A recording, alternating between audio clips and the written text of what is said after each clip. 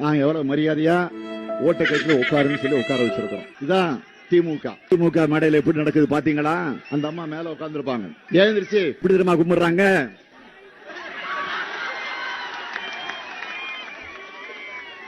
இது அவங்கள்ட்ட தான் கத்துக்கணும். இது தமிழ்நாடுடைய சுயமரியாதை எந்த அளவிற்கு கேவலப்படுத்தப்பட்டிருக்கு, கொச்சப்படுத்தப்பட்டிருக்கு கொஞ்சம் நினைச்சு பாருங்க. அடிமைகளாக கொத்தடிமைகளாக இருக்கக்கூடிய நிலையில ஆட்சி நடத்தி கொண்டிருக்கிறார். எனவே இந்த ஆட்சிக்கு முடிவு கட்ட நீங்கள் ஆதரவு தரணும். விடைபெறுகிறேன். நன்றி, வணக்கம்.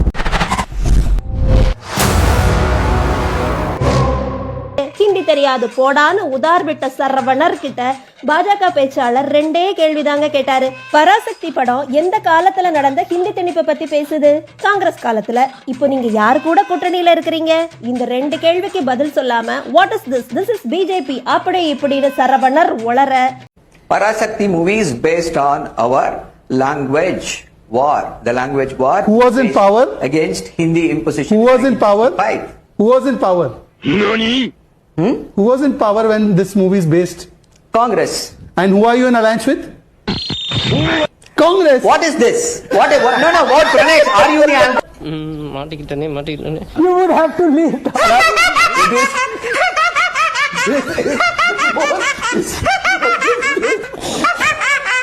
என்னடா நிலைப்பாடு இதுன்னு கேட்கறாரு. அதுக்கு எல்லாரும் சிரிக்கிறாங்க. அதுக்கு நீ வந்துட்டு என்ன சொல்ல, வெக்கி தலையை குட்டி பண்ணி வெளியே வந்துட்டு இருக்கணும். அதை விட்டுட்டு அவங்கள வெறுப்பத்துற மாதிரி இவர் நினைச்சு பண்ணாரு. இது எப்படி தெரியுமா போயிருச்சு? இவனை கலாய்க்கிற பேர்ல உன்னை எல்லாரும் இன்னைக்கு ஊரே கலாய்ச்சிட்டு இருக்குது. இன்னைக்கு சரவணன் அவனை சிரிக்க வேணா சொல்றா, அசிங்கமா இருக்கு. நீ அசிங்க பண்ணந்தாண்டா அவன் சிரிக்கிறான். ஏய், சிரிக்கும் போது அவன் மூஞ்சி அசிங்கமா இருக்குடா. இந்த மாதிரியான நேஷனல் மீடியாவுல போயிட்டு இந்தியாவே திரும்பி பார்க்க வைக்கிற மாதிரி, இந்தியாவே அறாவன் அப்படின்னு சொல்லி இந்தியாவில் இருக்கிற அத்தனை பேரும் திரும்பி பார்க்க வைக்கிற மாதிரியான முரட்டு சம்பவம் பண்றதுன்னு வந்துட்டா யாராலையுமே எங்க கும்பல சாரி எங்க கேங்க அடிச்சுக்க முடியாது. ஆமாங்க, திராவிட மாடல் கேங்கு. இது என்ன பிரமாதம்? இது விட பெசலைட் ஒண்ணு இருக்கு. கூவுடா. கலைஞர் கலைஞர் கலைஞர் ஸ்டாலின் ஸ்டாலின் ஸ்டாலின் இனி உதயநிதி உதயநிதி உதயநிதி என்னங்க சொல்லுங்க? சமூக நீதி மாத்த சொல்லுங்க.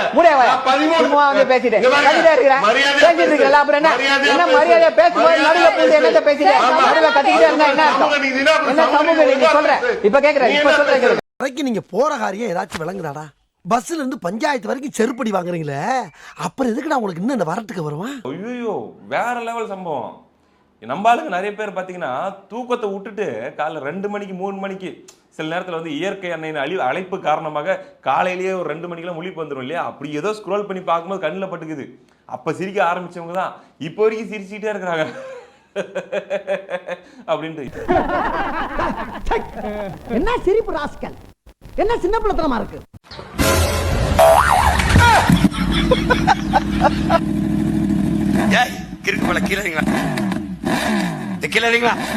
நம்ம யார் வம்புக்கும் போறது இல்ல, யார் தும்புக்கும் போறது இல்ல. நம்ம உண்டு, நம்ம சோழி உண்டுன்னு போயிரும். இல்லைன்னு வச்சுக்க, கொண்டு எடுத்து கொலவரின்னு இருக்கேன்.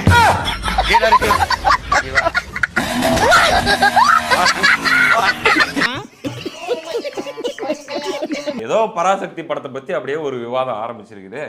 நம்பாலு ரொம்ப புத்திசாலித்தனமா பராசக்தி என்பது எங்களுடைய மொழியை பற்றி, எங்களுடைய மொழி போரை பற்றி, எங்களுடைய அதை பத்தி இதை பத்தி பேசக்கூடிய திரைப்படம் அப்படின்லாம் பேசும்போது, அப்படியா சரி யாருக்கு எதிராக போராடினீங்க, யார் அப்ப சென்ட்ரல் ஆட்சியில் இருந்தது அப்படின்னு அவங்க கேட்டுவிட்டாங்க.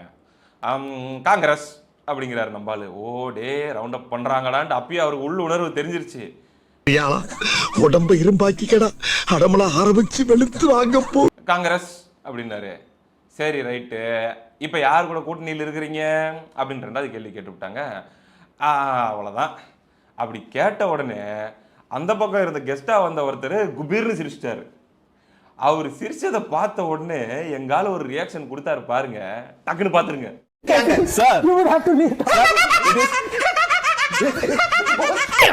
கேடு கேட்ட கேரக்டர் ஊடு கட்டி அடிக்கலாம் வாங்கடா. சுத்தி 10 பேர் இல்லடா 100 பேரை வந்து கூட்டிட்டு வா, உட்காரு, 100 பேர் என்கிட்ட 100 கேள்வி கேளு, 100 பேரையும் சமாளிக்கிறேன்.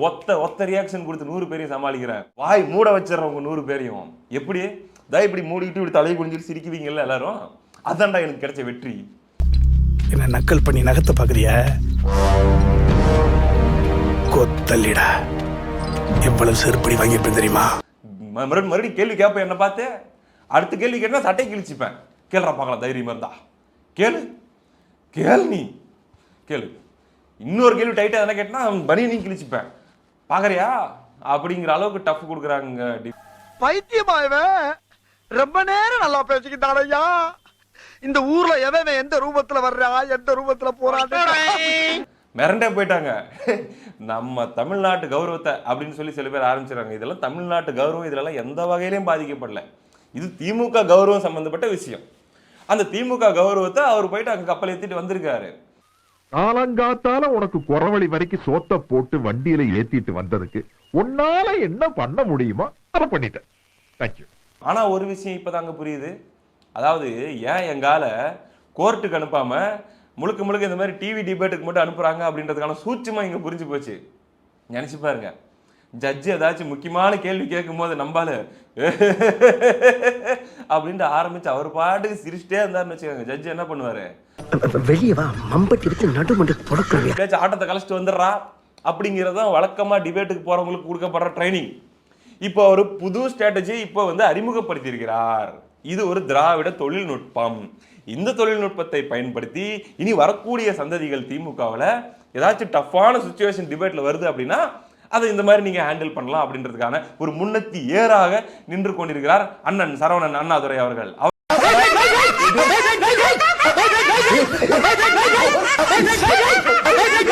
எங்கடா இருந்தீங்க நீங்க எல்லாம் ஆரம்பத்திலே என் கூட இருந்திருந்தா ஒருத்தன் என்னை அடிச்சிருக்க முடியுமா? இல்லாதனாலதானடா அம்புட்டு அடி. உங்களால எனக்கு ஒரு விடிவு காலம் வரும். சொல்லுங்க, தமிழ்நாட்டை தலைக்குனிய விட மாட்டேன்னு மேடைக்கு மேடை வீர வசனம் பேசிட்டு இருக்கிறாரு ஸ்டாலின். ஆனா திமுக சார்பா தேசிய தொலைக்காட்சியில பேச போனவரு இந்தியா முழுக்க தமிழ்நாட்டை தலைக்குனிய வச்சிருக்கிறாரு. இன்னைக்கு தமிழ்நாடு இல்ல, இந்தியா இல்ல, உலகமே உங்களை பார்த்து சிரிக்குது. ஒரு கட்சியோட பிரதிநிதியா நீ போகும்போது அந்த பிரதிநிதி எப்படி நடந்து கொள்ளவர்? இன்னைக்கு எவ்வளவு பெரிய அவமானம் திமுக. இன்னைக்கு இந்தியா பூராவே இதை பாக்குறான். அப்ப இப்படிப்பட்ட ஆள் இல்லாம வந்து திமுகவில் இருக்கிறான், இப்படிப்பட்ட முட்டாள் இல்லாம இவங்க வந்துட்டு டிவி டிபேட்டுக்கு அனுப்புறாங்க அப்படின்னு கேள்வி கேட்க மாட்டாங்க. இன்னைக்கு கேள்வி கேட்டு கார் டிப்பிட்டு இருக்காங்க இந்த மனுஷன். ஹிந்தி திணிப்பு, மொழி பற்று, மாநில உரிமைன்னு உருட்ட வேண்டியது. தமிழ்நாட்டில் இருக்கிற ஊடகங்களை வேணா மிரட்டி உருட்டி தங்களுக்கு சாதகமா பேச வைக்கலாம். தேசிய மீடியாக்கள் கிட்ட உங்க உருட்டல் மிரட்டல் எல்லாம் வேகுமான்னு கேட்கிறாங்க தமிழ்நாட்டு மக்கள். நம் ராஜதந்திரங்கள் அனைத்தும் வீணாகிவிட்டதே, இன்னும் பயிற்சி வேண்டுமோ? I don't care. நான் மட்டுமல்ல, நீங்கள் ஒவ்வொருவரும் ஐ டோன்ட் கேர் என்று சொல்லி நகர வேண்டும்.